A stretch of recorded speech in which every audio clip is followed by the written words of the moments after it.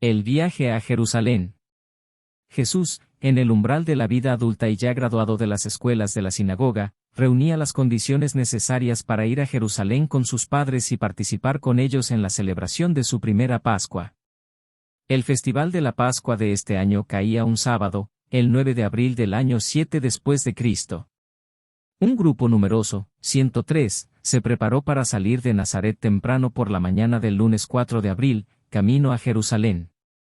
Viajaron hacia el sur en dirección a Samaria, pero al llegar a Jezreel se encaminaron hacia el este, rodeando el monte Gilboú en el valle del Jordán para evitar cruzar Samaria.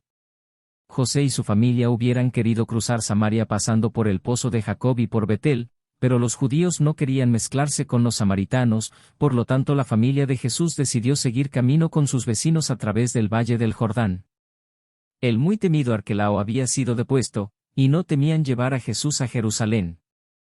Habían pasado 12 años desde que el primer Herodes intentó destruir al niño de Belén, y nadie pensaría en asociar ese acontecimiento con el desconocido muchacho de Nazaret. Antes de llegar al cruce de Jezreel, y al continuar el viaje, muy pronto, a su izquierda, pasaron por delante la antigua aldea de Sunem, y Jesús escuchó otra vez la historia de la Virgen más bella de todo Israel que había vivido allí y también de las fantásticas obras que Eliseo había realizado allí. Al pasar por Jezreel, los padres de Jesús relataron las hazañas de Acab y Jezabel y las de Jehú. Pasando alrededor del monte Gilboú hablaron mucho de Saúl, que había inmolado su vida en las pendientes de esta montaña, del rey David y de los importantes acontecimientos de ese lugar histórico. Al pasar por la periferia de Gilboú los peregrinos podían ver la ciudad griega de Escitópolis a la derecha. Miraron con curiosidad desde lejos las estructuras de mármol, pero no se acercaron a la ciudad gentil por temor a profanarse, lo cual no les permitiría participar en las solemnes y sagradas ceremonias de la Pascua en Jerusalén. María no podría entender, porque ni José ni Jesús hablaran de Escitópolis. No sabía nada acerca de su altercado del año anterior, porque nunca le contaron tal episodio. El camino descendía rápidamente desde allí hasta el valle tropical del Jordán, y muy pronto Jesús pudo contemplar el serpenteante y tortuoso río Jordán, fluyendo hacia el mar muerto con sus resplandecientes y ondulantes aguas agitadas por el viento. Se quitaron los abrigos mientras proseguían hacia el sur en este valle tropical, disfrutando de los fértiles campos de trigo y de los bellos oleandros cubiertos de flores rosadas, mientras a lo lejos, hacia el norte el majestuoso monte Hermón cubierto de nieve dominaba el histórico valle.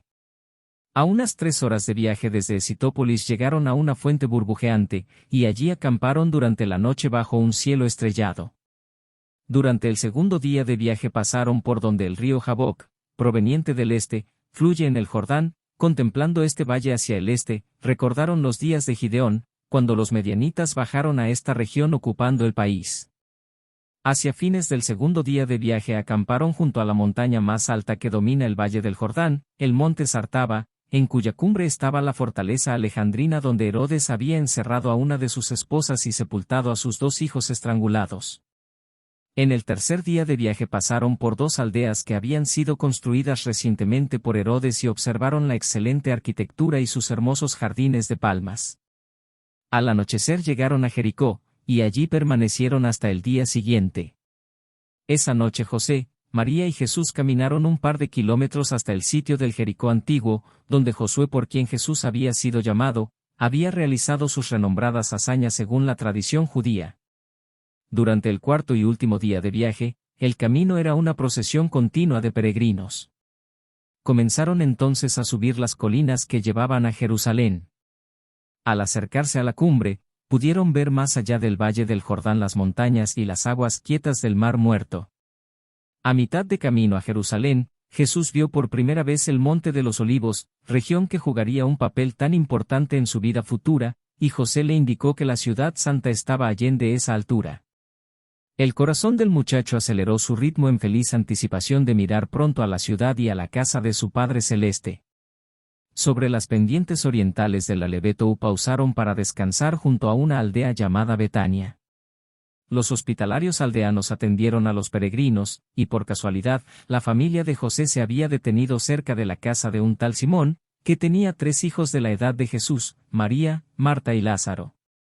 Invitaron a la familia de Nazaret para que entrara a descansar, y de allí empezó una amistad que habría de durar toda la vida entre las dos familias. Durante su vida, llena de acontecimientos, Jesús se detuvo muchas veces en esa casa. Así siguieron camino, y pronto llegaron a la cumbre del Eleveto y desde allí Jesús vio por primera vez, en su memoria, la ciudad santa, los imponentes palacios y el inspirador templo de su Padre. Nunca vivió Jesús una emoción tan puramente humana como la que le sobrecogió en ese momento, al contemplar embelesado, por primera vez a Jerusalén en ese atardecer de abril sobre el Monte de los Olivos.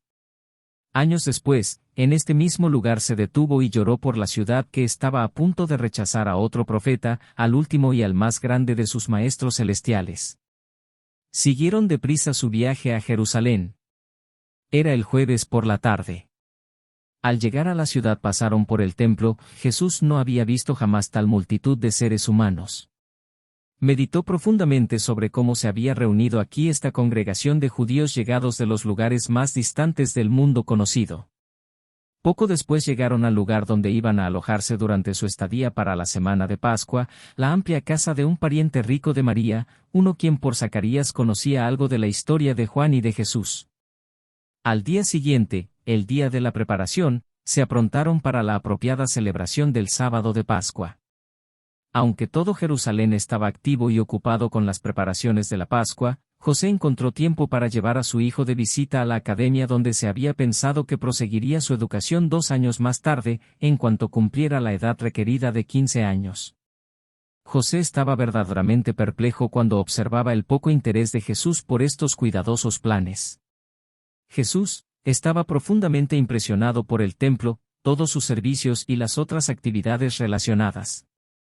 Por primera vez desde los 4 años estaba tan preocupado por sus propios pensamientos que se le olvidó hacer muchas preguntas. Sin embargo, consiguió plantearle a su padre varias preguntas embarazosas, como ya lo había hecho en previas ocasiones, como por qué el Padre Celestial exigía el sacrificio de tantos animales inocentes y desamparados.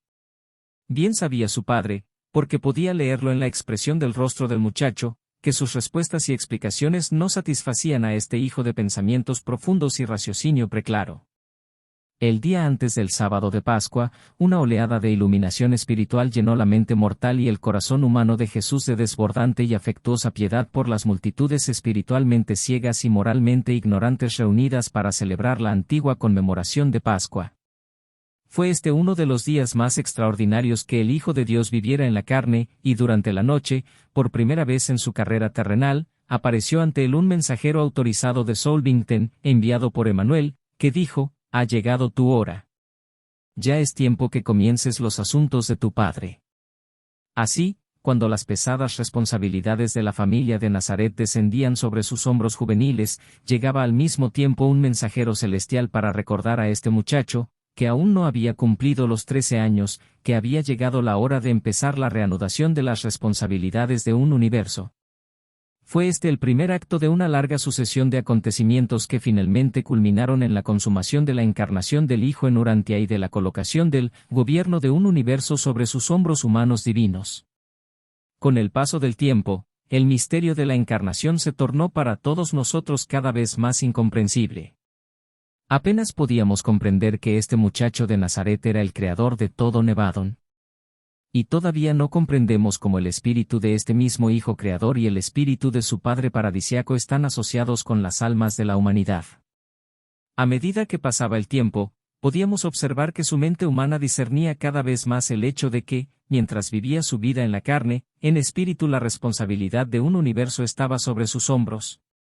Así termina la carrera del niño de Nazaret, y comienza el relato de su adolescencia, de este ser humano divino cada vez más autoconsciente, que ahora comienza a discurrir su carrera en el mundo mientras lucha por integrar su gran propósito de vida con los deseos de sus padres y las obligaciones para con su familia y para con la sociedad de su tiempo y edad.